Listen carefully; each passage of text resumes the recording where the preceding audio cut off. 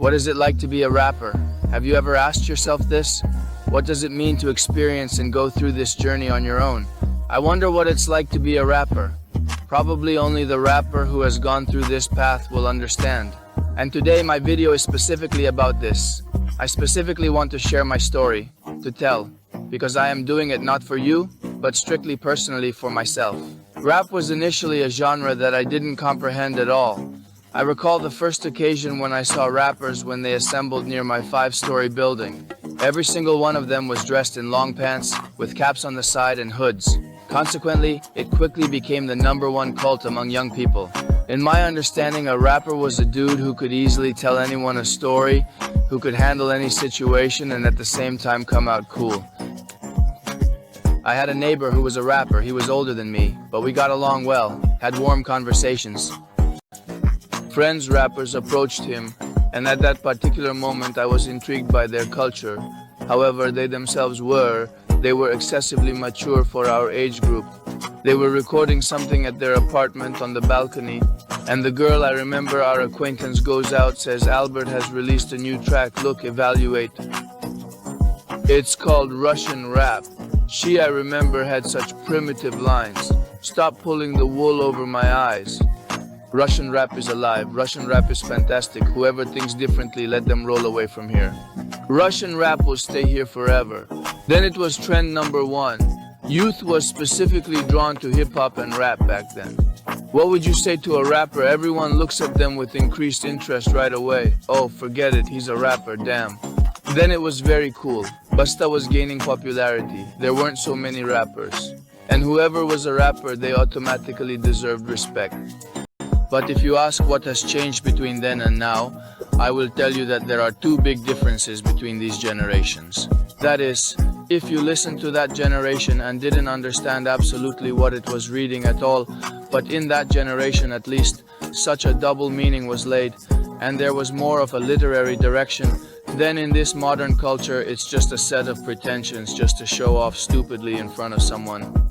And in this there are two generations, two huge differences. That generation read about cowardice, about love, about difficult situations from which they emerged from poverty. They truly deserved a great deal of respect. I distinctly remember I started listening to talented artists like Busta, Goof. In the courtyard we played a track about Come On by Nagano. Then there was a heated debate, like Nagano and Busta. This is the same person. Someone says, no, not at all, it's not the same, it's two different performers, you don't understand anything. I'm into rap, in short. And the disputes were so fierce that people on the street were almost fighting because of it. I did not even consider it, that the identical performer can be involved in such contrasting directions. Then I merely approached my classmates as a joke. They were listening to Basta, Autumn, My Game, such lyrical tracks that touched their hearts. No, they walked under, but I wanted to approach classmates in a certain way, like being on their wave, to and fro. Yo, hey ladies, what music do you listen to? Give it back, I'll listen too.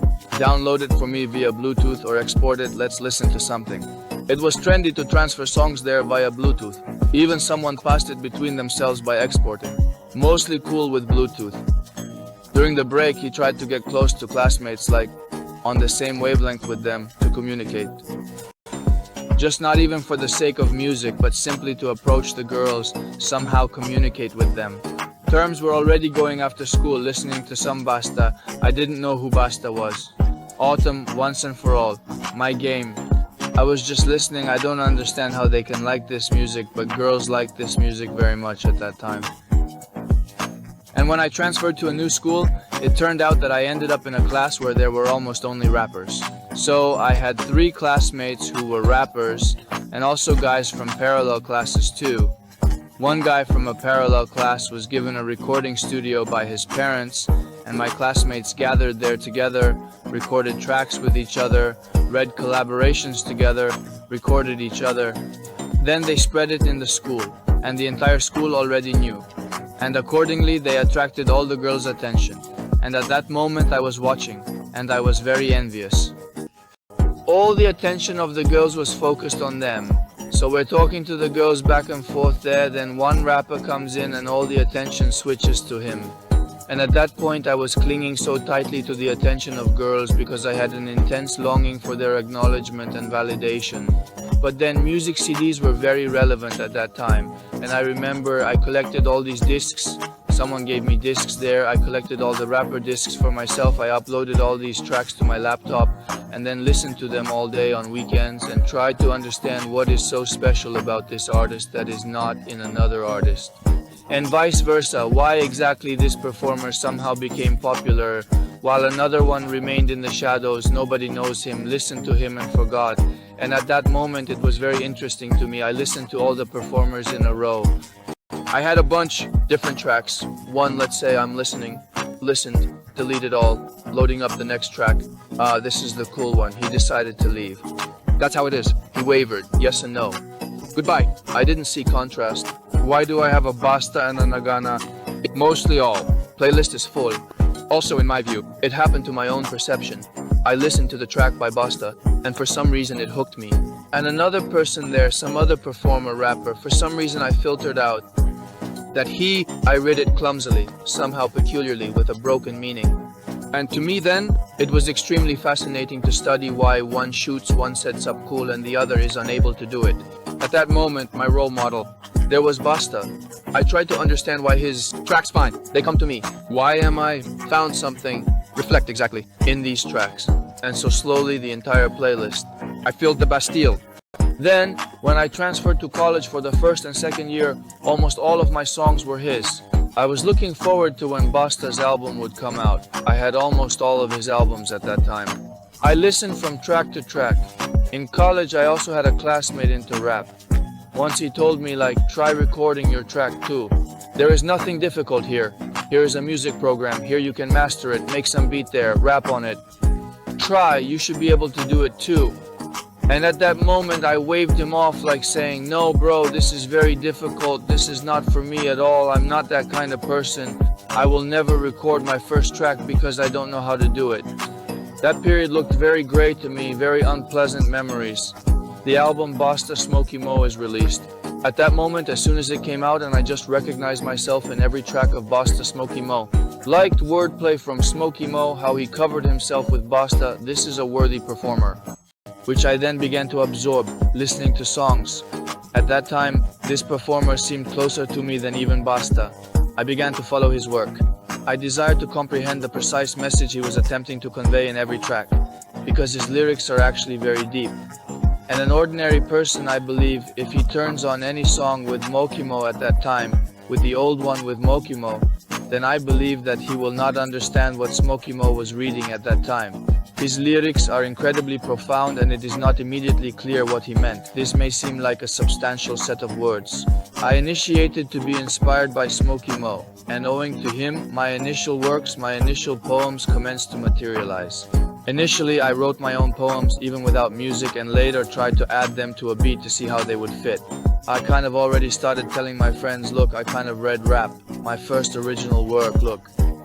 In the area, I'm standing in front of the guys, we're working out on the bars there.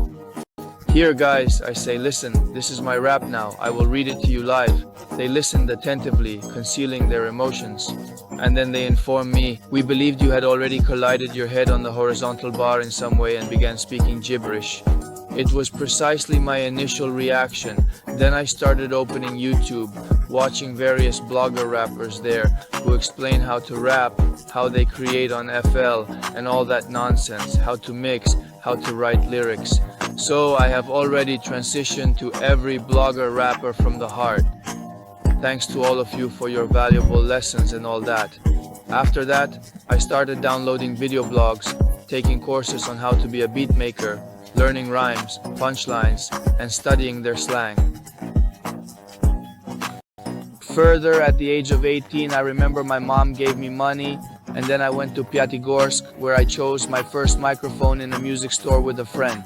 It was the very first USB microphone available. Well, it is more suitable for blogging purposes, but I tried to learn using it, and I made my very first recording using it. And it turns out, since I purchased my initial microphone, for an extended period of time I was unable to record my first track, did not know how to do it, how to record. And I had a lot of doubts whether I was doing the right thing, wrong, maybe this is how it should be done.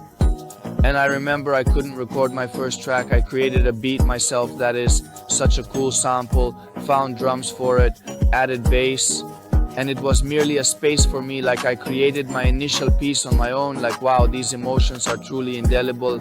During that period, it was approximately the third year. I have already given up on studying. More already, just started learning music, watch bloggers. How do they do it? How do they read? How do they write? And his first track never did. I didn't get what I was doing. Not like that. My first little room it was. Everything is fully coated with phenoplast, fully clean. There was an old motorcycle there, that's all. I met hostesses, asked for permission to this small garage. We removed all the garbage and junk from there. I also attached old boxes there later, beneath chicken eggs. Most of the garage was covered with all this crap with cardboard. He initiated, make an attempt to do something. I couldn't accomplish anything else. Found recording studio through ad in Pyatigorsk. Went there, one rapper, and so it happened. We're with him. We had a good chat. Plant with him, noted it later. I come to his recording studio and he says, record in such small pieces. I am asking how. I always believed all rappers record entire verses at once throughout my life. The verse was written, the verse was immediately read into the microphone and went home after an hour. And you tell me such things to write them down under such a small piece? Then what is the point of rap if the performer has to deliver the entire verse on the fly? Imagine how they used to record on cassettes back then. There were no digital platforms at that time. Still, it was recorded on cassettes, almost from the first copy. Then the level of musicians was much higher than it is now. With great difficulty, he recorded his first track. He helped me there. I remember him there. He paid $1,500 for recording and for mixing. And that's it. He's already gone on the train. So happy.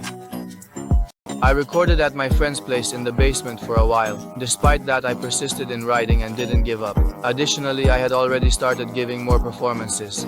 But I did not have enough of it. Then I worked for a while in delivery and built myself this recording studio. Here, I built everything from scratch myself. I covered the walls myself and installed the roof. Then my friend noticed me on Avito. I posted an ad there for a sound engineer. A person has already called me. Then he says, if you want, come to our recording studio and work. And so I met Igor Yuryevich. I lived there for some time in a hostel. It seemed like a dream for a rapper. You could spend days and nights in the studio, just record yourself and everything there.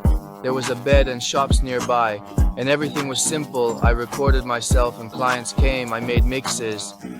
I also met various musicians and artists, various guitarists. Recently I was walking with a girl on the street, talking there, getting to know each other. I'm saying I'm a rapper. Look, I have music videos. How many clips are on the account? There are festivals. Just turned on the music video, rock and roll for her. We're sitting on a bench in the park. I show her a clip from my phone and she watches it for half a minute. Then she approaches a group of guys. There were other guys standing nearby. She approaches them and says, look, this is a rapper. I'm just sitting here with him. I'm just amazed at what happened. She snatches my phone, goes to the guys and shows them my clip, and they all gather around and look at me. I'm really just in shock. I don't know what to say. And they come up to me and say, hey guys, maybe you want to hang out with us, go back and forth. I say, yeah, it's fun with you. It annoys me that people constantly tell me that I don't just say words. It's like I'm reading them like a rapper. Here, and they fit, gentlemen, perhaps you will stroll with us back and forth, like enjoying yourselves with you. I am still annoyed that individuals continuously inform me that I do not merely utter words, I articulate them in a manner resembling rap music. So, it's very difficult for me to speak in normal human language, when I'm already used to the microphone, that I don't pronounce exactly. I already read the words, and somewhere it's cool, and somewhere it's completely inappropriate in normal convos.